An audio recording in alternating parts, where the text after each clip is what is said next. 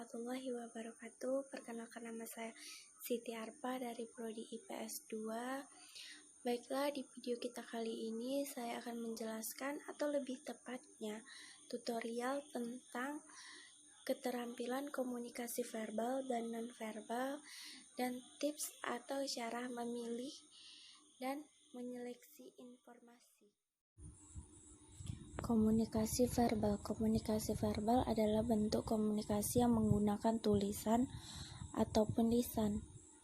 Bentuk komunikasi ini membutuhkan alat berupa bahasa yang outputnya berupa ucapan atau tulisan kata-kata. Komunikasi verbal efektif selama orang yang berinteraksi mengerti bahasa yang digunakan. Pengertian lain yang lebih spesifik disampaikan oleh Deddy Mulyana pada tahun 2005 dalam bukunya. Ia menyatakan bahwa komunikasi verbal ini adalah komunikasi yang menggunakan perangkat simbol dengan aturan untuk mengkombinasikan simbol-simbol. Menggunakan simbol-simbol tersebut yang digunakan dan dipahami suatu komunitas.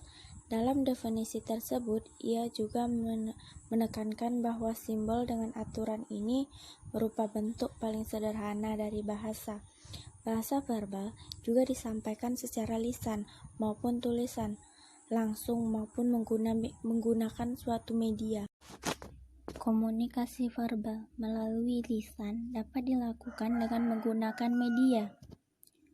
Contoh, seseorang yang bercakap-cakap melalui telepon. Komunikasi verbal ini dilakukan dengan cara tidak langsung antara komunikator dengan komunikan. Proses penyampaian informasi dilakukan dengan menggunakan berupa media, surat, lukisan, gambar, grafik, dan lain sebagainya. Nonverbal yaitu seseorang yang berbicara dengan menggunakan bahasa tubuh, misalnya dengan gerakan-gerakan tangan yang menunjukkan sesuatu. Bisa diartikan dengan arti meminta suatu barang atau meminta ambilkan. Gelengan kepala yang menandai jika seseorang yang tidak menginginkan, dan anggukan kepala bisa diartikan juga dia menyetujui sesuatu itu. Selanjutnya, mimik wajah atau ekspresi seseorang yang menandai ketika dia marah, dia akan cemberut, dan bahagia dia akan tertawa. Sentuhan, nada suara juga bisa dikatakan komunikasi nonverbal.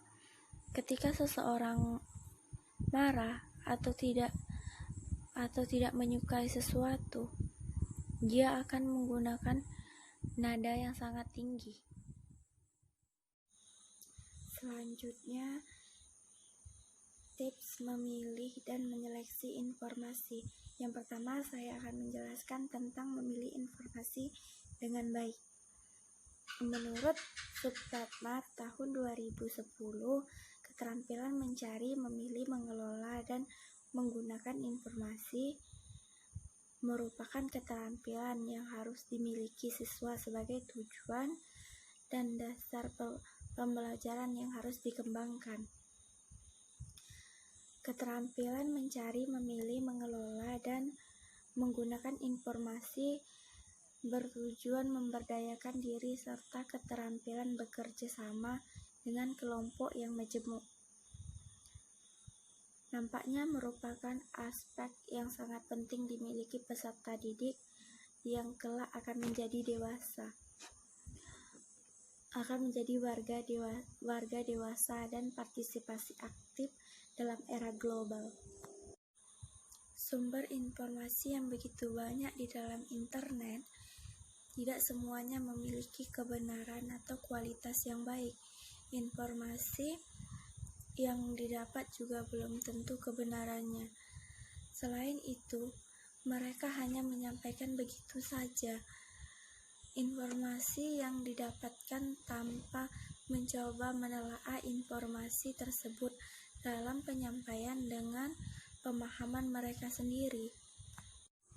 Informasi mengenai hal-hal yang bisa didapatkan manusia melalui sumber, yaitu sumber primer dan sumber sekunder.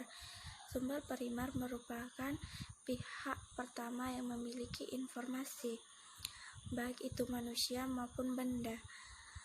Sedangkan sumber informasi sekunder merupakan pihak kedua, ketiga, keempat, dan seterusnya yang memiliki informasi mengenai suatu hal. Dari dua jenis informasi tersebut muncul dua informasi lagi, yaitu informasi yang benar dan informasi yang salah, yaitu informasi hoax atau dusta. Kedua jenis informasi ini telah banyak beredar di berbagai media online. Yang sedikit banyaknya informasi hoax telah membuat manusia merasa terancam dan saling menghasut, bahkan saling bertindak kekerasan. Hal ini terjadi karena manusia tidak lagi intens dalam melakukan seleksi terhadap informasi apapun, sehingga manusia dengan rela menjadi konsumen media-media online yang cenderung mengarahkan ke tindak radikal. Keterampilan merupakan hasil dari sebuah proses pengambilan keputusan yang terjadi dalam diri penampilannya. Dengan demikian, pusat perhatian utama dari si pelaku adalah melakukan penilaian terhadap informasi yang mengarahkan kepada pembuatan keputusan tentang aksi yang akan dilakukannya. Yang pertama, pengolahan informasi dan pengambilan keputusan serta kegiatan belajar. Yang kedua, pengambilan keputusan dan prestasi bahwa kondisi stres, kegiatan belajar. Dan pembagian selanjutnya disajikan tentang bagaimana proses pengambilan keputusan tersebut di bawah kondisi stres, yang sekaligus juga menjelaskan mengapa prestasi bisa meningkatkan dan menurunkan di bawah kondisi stres. Kemudian dalam kegiatan ini pun diperkenalkan konsep tentang perhatian dalam kaitan dengan prestasi, dan ditutup dengan uraian tentang 3 sistem memori. Bagaimana literasi memiliki peran yang strategis. Baiklah, mohon maaf sebelumnya jika masih ada kekurangan, masih ada kesalahan, dan juga masih ada kegugupan. Mohon maaf sebesar-besarnya, dan terima kasih juga untuk yang sudah menyaksikan, untuk yang sudah melihat. Cukup sampai di sini video kita kali ini. Wabillahi taufiq wal hidayah. Wassalamualaikum warahmatullahi wabarakatuh.